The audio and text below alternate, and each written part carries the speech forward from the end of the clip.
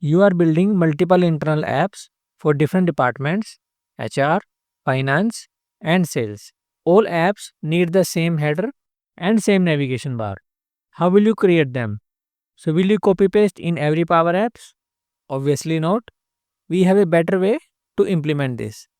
So, let me show you how you can save time and build faster using component libraries. One of the Power Apps' most powerful productivity feature and commonly asked interview questions. So, instead of recreating them every time, build them once in a component library. Import the library into each app and you are done. Update in one place when needed. All apps will sync automatically with the update. So let's understand what is a component library in Power Apps. So component library in Power Apps is a centralized repository of reusable UI components. You can create custom buttons, navigation menus, pop-ups, or anything which is reusable and share them across multiple apps. So that means same component can reuse in multiple apps, and changes made in the library can be pushed to all the consuming apps just one click. So what are the benefits of component library? First is reusability. You can build them once and reuse it in multiple apps. Second is modularity. This keeps your apps clean and components organized. Consistency. You will have uniform design and experience across all the apps which are using the component libraries. Then you have faster updates. So update once in the library and all apps reflect it immediately. Collaboration. Teams can work on separate libraries and share together. So let's see a practical demo to create and use the component library. So let's do a small POC how to use component library in Power Apps. So I am in the landing page of Power Apps. You can navigate to makes.powerapps.com. In the left panel, you can see a link for a component library. So if you are not able to find this link, you can click on more and choose discover all. Scroll down and under app enhancement section, you will find a link of component library. So you can tag it over here so that it will appear in your left hand sections. Okay. So I'll click on component library. So in case anyone has created a component library in this environment, so you will find that will be listed over here. Okay. So right now we will create a new component library. So just click on new. Let me give its name to header component. Click on create. So by default, you will land up in the component section. So let me double click on it and rename this to header component. Okay. So we need to fix its height and width. So height, let's make it 70. That will be sufficient. And width, it should be equal to the app dot width on which we are placing this component library. So here I'll put a dynamic width. For that, I'll write app dot width. So let's add one label in the component library. Insert text label. I'll place in the center. Let's change font size to 12. Font weight to bold. Center aligned. So let's add one input property because this label text we want to change it from our screen. So where we will be placing this component. So to change that we need a custom property. Okay. So select the component. Under custom property section you will have a link new custom property. Just click on that.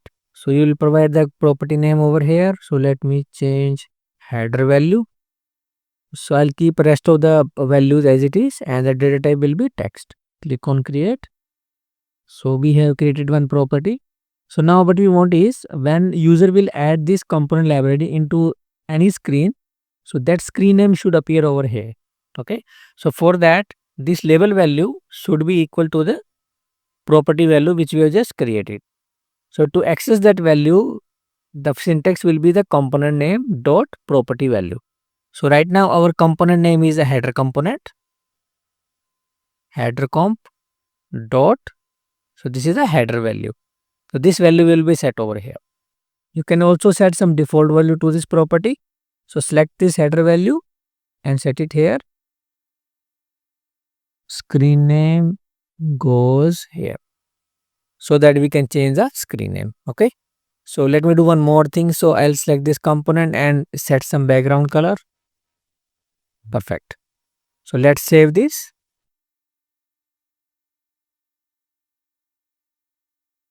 So our header component has been successfully created and published. Okay. So let's try to use this component. So I'll open a new app, max.powerapps.com. So we will use the solution to use this component library. So click on solution. So let's use this demo solution. So here first you need to add that component library. For that, go to add existing, more, component library. So here you will see all the component library which are present. So right now we have created header comp. Select this and click on add. So here you can see your component library has been added. So let's create an app so that we can use that.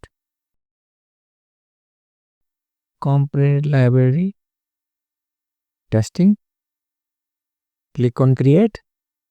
So let me add one more screen. So now we have two screens, screen 1 and screen 2.